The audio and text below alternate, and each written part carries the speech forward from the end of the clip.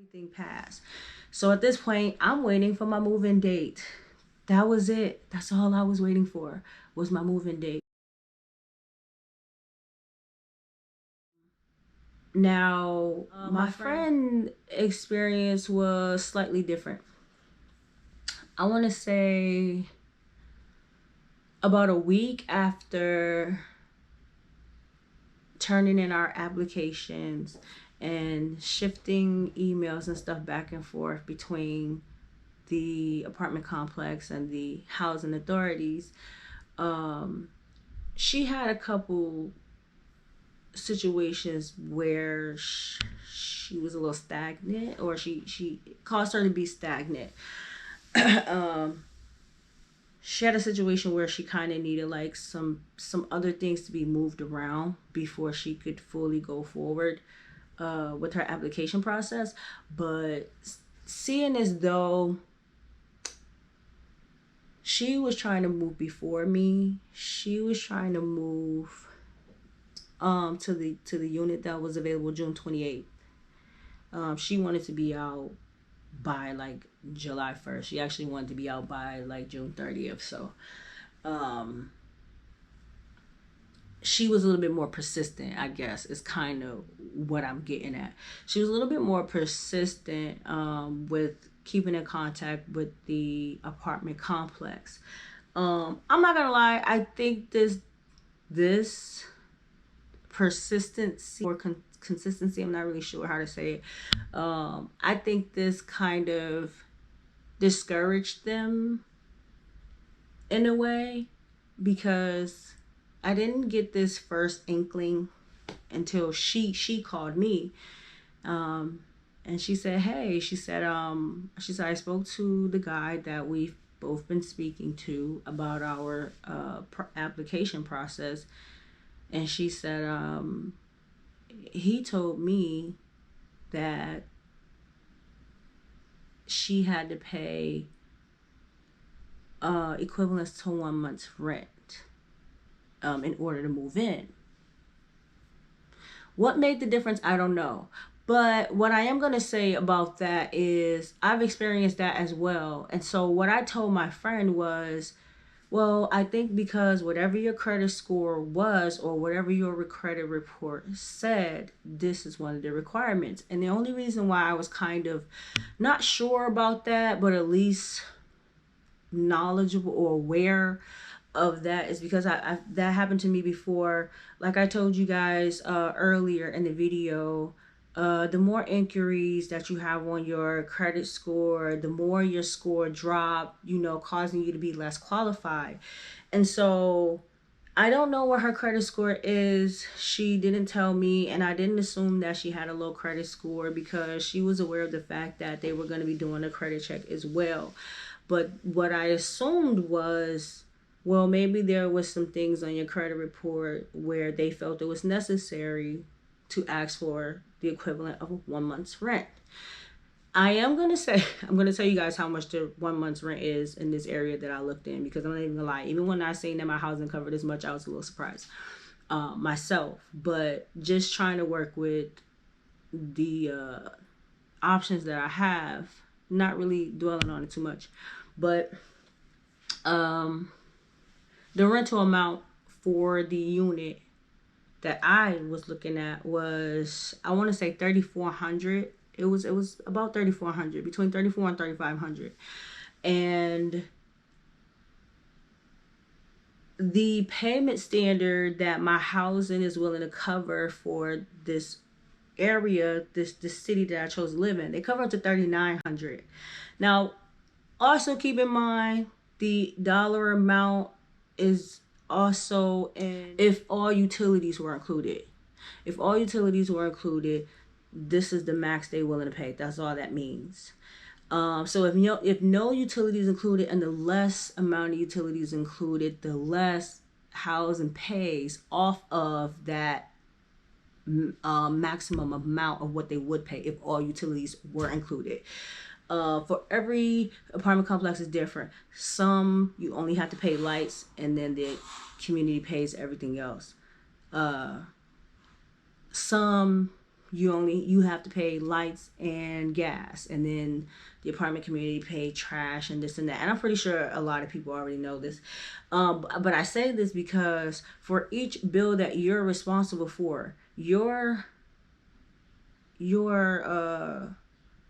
monthly rent will end up being the same. The only thing is things are deducted by what you're going to be responsible for. So if they assume that your light bill would be $100 a month, and they assume that your gas bill would be another $100 a month, what they'll do is they'll take the $200 off of the $3,900 that they're willing to cover for that area to allocate you having the $200 to spend on that, on the bills, which also is giving them $3,700 to pay towards whatever your rental amount is, considering the fact that you still have to pay this extra money towards your other bills or whatever. So everything was like looking really good, like it was gonna work out. So my friend tells me, oh, he told me I have to pay, equivalent to 1 month's rent. Mind you, I received no phone call. I received no email at this point. At this point, I'm just listening to my friend because, like I said, her application process was slightly different. And so she was a little bit more persistent. I didn't want us to be too associated as far as how our application process is going, because there's just a lot of different things that made us separate, besides the fact that we came together. So she told me this, and I'm not gonna lie, I thought to myself, okay, that's weird, but he didn't say anything to me, so whew, I'm good. At least that's what I thought. Not to be unfair, I love you, boo. If you're watching, I love you. No hate, no hate, no shade. This is just really me just expressing kind of the flow of how everything went on my end. Anywho, so my friend decided she's gonna still pursue this because she pretty much was at a point where she felt like she needed to do whatever she can to try to get out of her current situation, or her current place that she was living at. So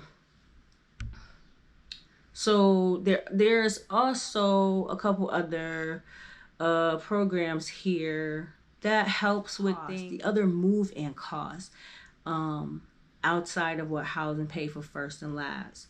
There's a program here called the RAFT program, where if you're faced with challenges like paying your portion of the first and last, paying a security deposit, and whatever other fees, the RAFT program also takes you through an application process to receive funds. But what they do is they do give you up to about $4,000 towards your moving costs. And I think because of COVID, I think that amount has increased. But I'm not necessarily sure. I haven't did much research on it recently because I haven't had the need it or to utilize it. But my friend did. So my friend reached out to the RAFT program to let them know that she had an application pending in process and that she would need the $3,900 because the apartment that she was looking at, I think it was the 39, but her housing, I believe, cover a little more than mine's. I don't want to get into that because I'm not technically sure. But I don't know. All I know is she told me, I think the apartment she was going for may have been like 31 or 3,200 or something like that, because she ended up telling me on top of the 1,000 that she already put down, she had needed 2,100 more, because I guess the rent was like 3,100. So the rent was like 3,100. The one I looked at was like I said, like between 34 and 35. And it's because the rates varies on the different days that you choose to the rent on. Not only do the rates vary because of the the actual dates, it also varies along with the terms. You can do an 18-month lease, you can do a 12-month lease, you can do a 13-month lease, but those are mostly for people who are not a part of housing. When you are a client of a housing authority, the housing authority only gives you the option of a 12-month lease. That's it. There has been situations where the housing allows you your 12-month lease, but if you haven't found anywhere or you're not looking to move, you pretty much can continue to stay where you are, and then any time after the 12 months of living where you're living at, you can pretty much you can break your lease anytime after that. So let's say after a year you find an apartment on your 13th month, you can move. You can break your lease without jeopardizing your housing or being denied of being able to do so. So my friend went through these measures. She also contacted the guy back, and she said, hey, according to, what you told me, she said, I will make sure that I have the rest of the money, which will be $2,100 towards a security deposit. She just said that the only thing was she was going to utilize another program or service to pay for her first month's rent. The only thing is she needed the guy at the management office to fill out some paperwork to request these funds to be released for that. And the guy was ready and kind of open and prepared for it. He kind of was like, okay, I'll fill out whatever paperwork you need or whatever. Just have it sent over, and then I'll send it back, and we'll do what we need to do. Everything okay. So she said okay. She told me that was what was going on, and then that pretty much is what happened from there. Again, I still haven't heard anything on my end of my application. My daughter, because of the fact that my family is now packing, I said I have 3 daughters. Their ages right now are 17, 13, and 5. So they like to ask questions, and they speak up very well. But just to really add on to this, my 13-year-old asked me, she said, Mom, we're moving. She's like, where are we moving to? What does the apartment look nice? Is it nice? Is it a nice neighborhood? Whatever. How is school and all of this other stuff. So just to really get to the point of me bringing this up, out of excitement, I'm like, you want to see the apartment? I'm like, let me show you. So I pull on my laptop. I go onto the website so that I can show her the virtual tour that they have, so she can see what she look like, so she can judge it for herself. And along with doing that, I noticed that the prices or the rates of what the units were had changed. Drastically changed. I went on there, and not only was the unit that I had looked at went from $3,500 to about $3,800. Now, let me also include inside this time when the management guy that I spoke to told me that he could use the 15th as the move-in date. He sent over and also informed me that the rental amount would change. He told me and my leasing officer that because the move-in date would be the 15th and not the 2nd, that the rental amount would change from $34.56 or whatever it was. It would change from $34 to $36. Now at the time, $200 difference, like, cool beans, that still works, that still works. So I noticed, like I said, when I went online to show my daughter the virtual tour, out of excitement, I showed her the apartment. She critiqued it a little bit. 13-year-old still criticize everything. Um, but I went to, kind of check it out, see if any units were unavailable or still available according to, my curiosity, I guess. Like I said, I noticed that the rates had changed drastically. It went from a $500 difference in what my housing was willing to pay to literally almost exactly how much they was willing to pay. And even in one of the apartments, it was $100 over.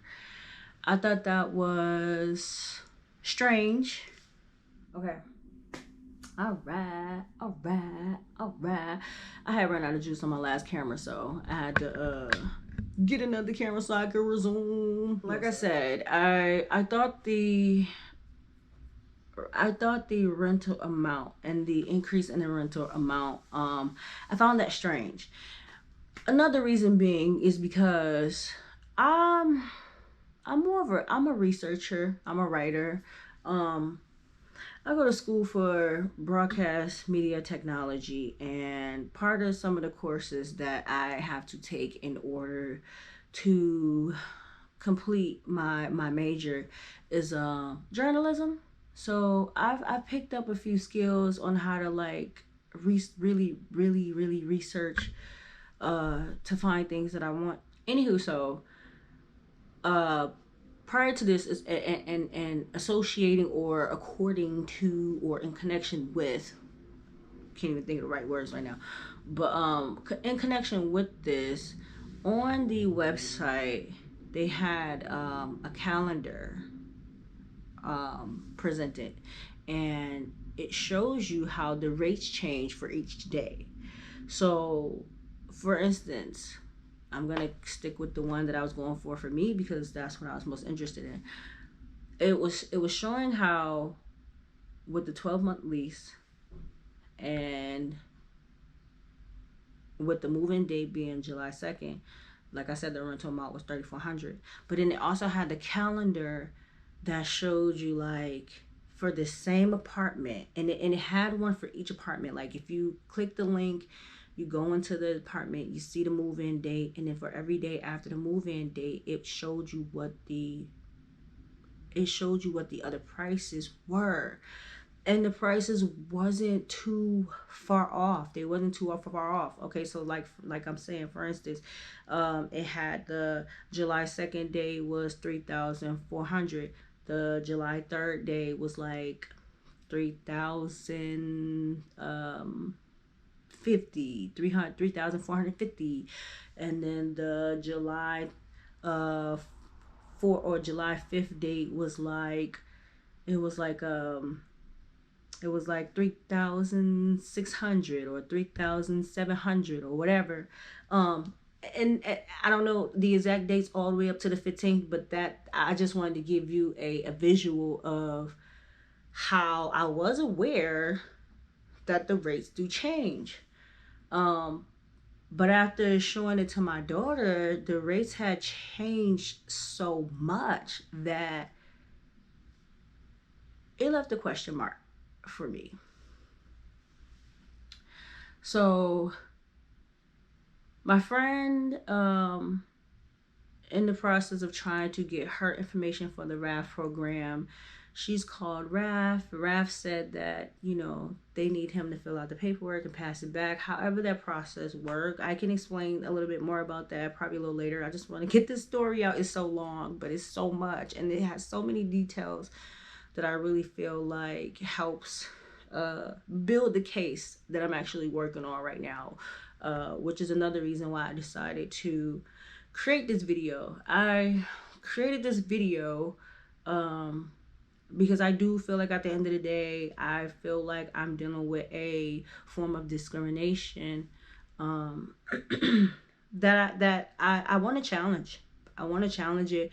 I feel like I experienced something like this so much, but I feel like this one in particular was so bold. I really feel like it was so bold. And then, they also made me feel like out of everything, at the end of the day, someone made a personal decision, and it made me, feel like they didn't consider the data for me. They didn't consider the facts. They didn't consider the process of how all this works. I really feel like I was denied because of personal decision, and I do feel like it's an association in connection with some of the difficulties that my friend application process was having. And it's more or less because and what the guy was communicating to my friend and what the guy either was or was not communicating to me was different. And I think because of her being in communication with me, anything that he told her, she would ask me, did he tell you that? Or did he say that to you? Or did he let you know that this and this and that was that? And, according to my response, I guess she challenged him in a way, maybe asking him or questioning him. I'm not really sure what her other conversations was outside of me and her being together in his presence together. Only thing I know is little things that she's told me that caused me to raise an eyebrow. So eventually, after her trying to pursue the RAF program to pay for the full amount of the security deposit, which was now $3,100, she eventually said to me, hey, she said, after I spoke to him and after he told me he would have the paperwork, fill it out and send it over to the RAF program to, pay for the security, she said, he told me that there was no more 3-bedroom units available. Mind you, like I said earlier in the last video, earlier in the video, when I first initially looked, there were 5 units.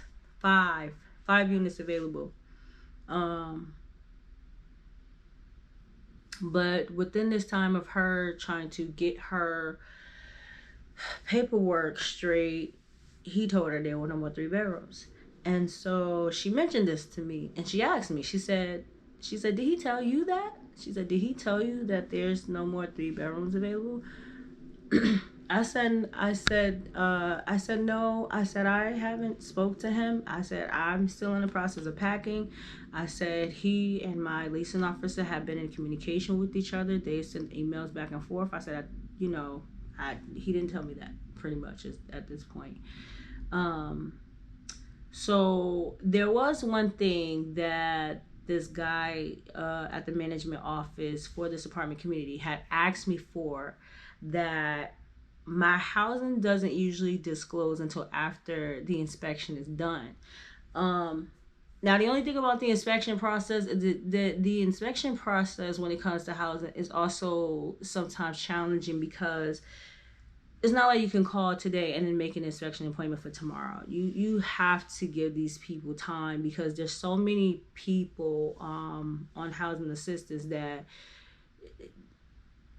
these people could be booked up for up to 2 weeks, up to a whole month, which is also another reason why I wanted to give myself the 30 days. I wanted to give myself the 30 days to make sure that there was no discrepancies, because I done been through enough and I already know what to expect, and I'll be trying to make sure I cross my T's and dot my I's before I get to the crossroad. Okay, I don't even know if those two analogies go together, but I did it. Anyway.